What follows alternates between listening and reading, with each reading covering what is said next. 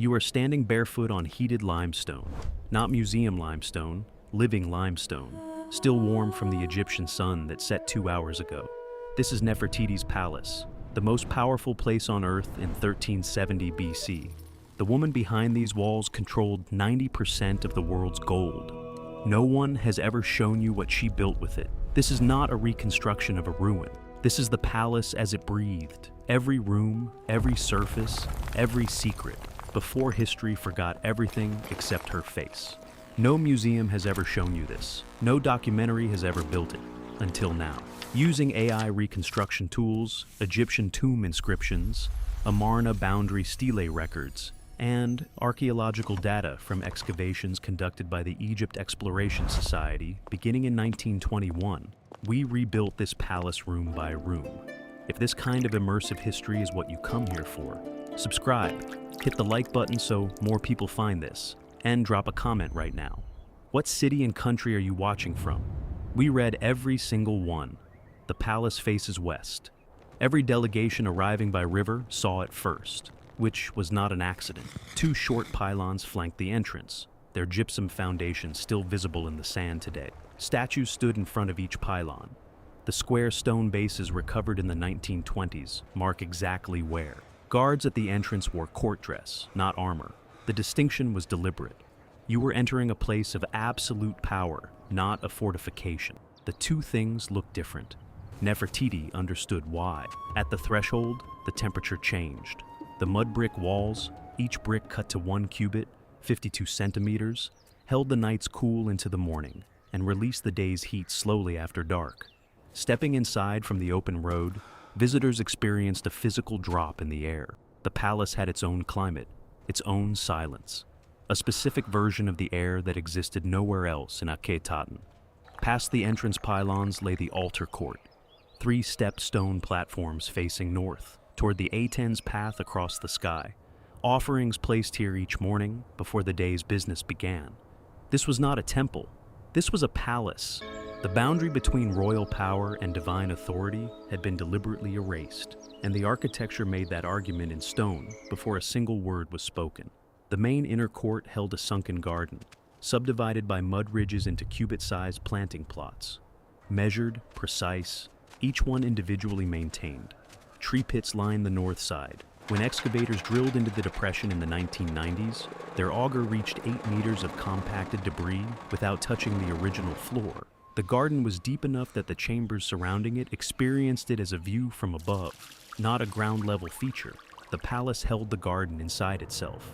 On the western side stood the Window of Appearances, a monumental structure on gypsum column foundations, wide enough to carry a substantial architectural statement above. Nefertiti and Akhenaten appeared here to address the court assembled below. The window was elevated. Everyone outside looked up. The royal family looked down.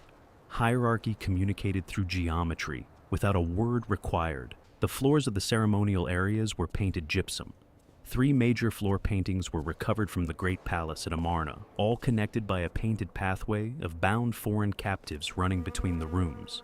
Every official who crossed these floors walked literally over Egypt's enemies, repeated daily instruction, pressed under every footstep.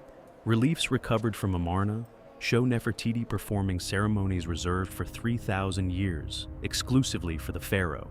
She is shown smiting enemies, making offerings to the Aten without Akhenaten present, at the same scale as her husband, not behind him, not smaller, beside him.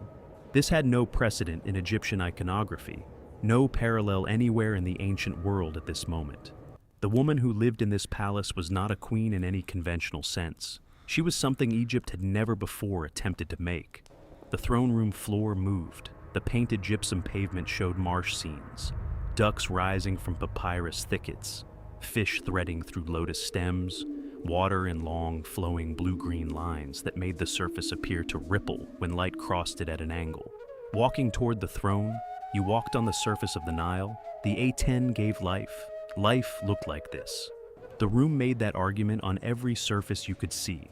Clear-story openings in the upper wall allowed afternoon light to fall on the throne dais, a standard feature of New Kingdom Egyptian throne rooms, confirmed in the Amarna architectural record. A visitor standing at the entrance looked toward the throne into brightness.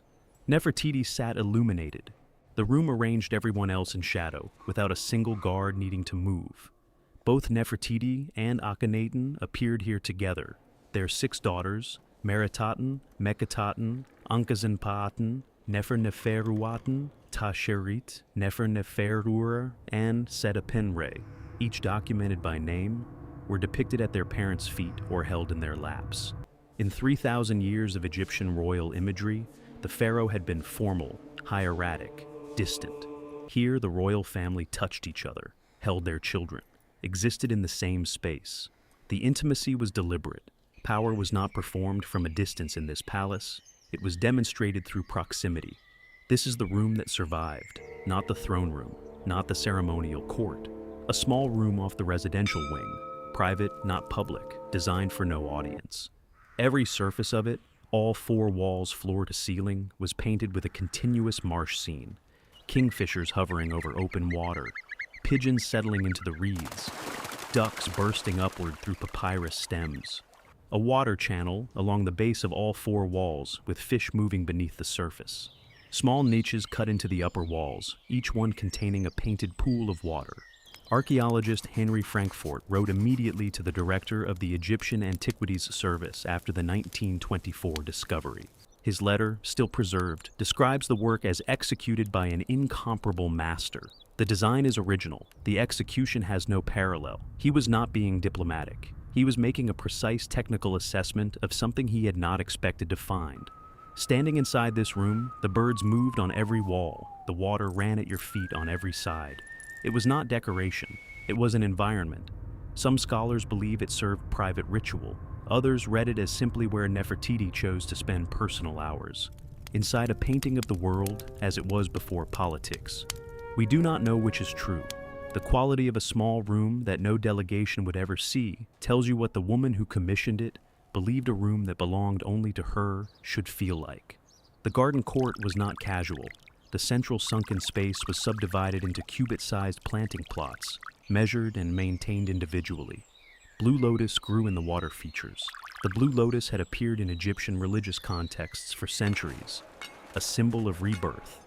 At a time when Akhenaten was dismantling traditional Egyptian theology systematically across every building in the city, the blue lotus in Nefertiti's private garden was a quiet argument in the opposite direction, a statement about what she chose to keep from the world he was erasing. Staircases built into the rear of the palace suggest a second story above the residential sections. The private rooms look down over the garden court, over the river, over the road along which every delegation from Mitanni, Babylon, the Hittites, and the city-states of Canaan approached after disembarking from the Nile Quay. The palace was the first formal argument Egypt made to the world arriving by water. The private chambers were lit from above through an interior atrium. Outside, noise stayed outside. Outside eyes stayed outside. A room adjacent to the sleeping chamber served as a working study. The Amarna letters, 300 cuneiform tablets found by accident in 1887, document a royal court in sustained correspondence with every major power in the known world: Babylon, Assyria, the Hittites, Cyprus. Someone in this palace read those tablets and decided what Egypt would say in return. The bathroom connected to the study held a stone washing platform, confirmed in excavation photographs from 1923. The material throughout the private rooms matched the ceremonial rooms. Not lesser because they were private, the same standard. Because the woman who lived here understood that ordinary rooms produce ordinary thinking. This palace was not built for ordinary thinking. Akhenaten ruled for 17 years. His city was abandoned within a generation of his death. The priests of Amun reclaimed their temples. Tutankhamun moved the court to Thebes, and then Akhenaten was taken apart, stone by stone, relief by relief. The images of Nefertiti and Akhenaten were removed from walls, their names chiseled from inscriptions, their faces erased from every surface that could be reached. Within 50 years, no official Egyptian record acknowledged that Akhenaten had ever reigned. Nefertiti disappeared more completely than he did. Her tomb has not been found. Her body has not been located. The woman who had performed ceremonies reserved exclusively for pharaohs, who had ruled as co-regent with her name in a royal cartouche, ceased to exist in the record. The erasure was total. 3,000 years passed. And then, in 1912, in the ruins of the sculptor Thutmose's workshop, in what had been Akhetaten, excavators found a painted limestone bust. Blue crown, long neck, one eye still holding its inlaid quartz crystal, the other socket empty. The inlay never placed, or removed, or lost. The world recognized her face before it remembered anything else about her. The palace came later. The palace always comes later. But this is where the face lived. In these rooms, above this garden, looking out over this river, before history decided that a face was all it needed to keep.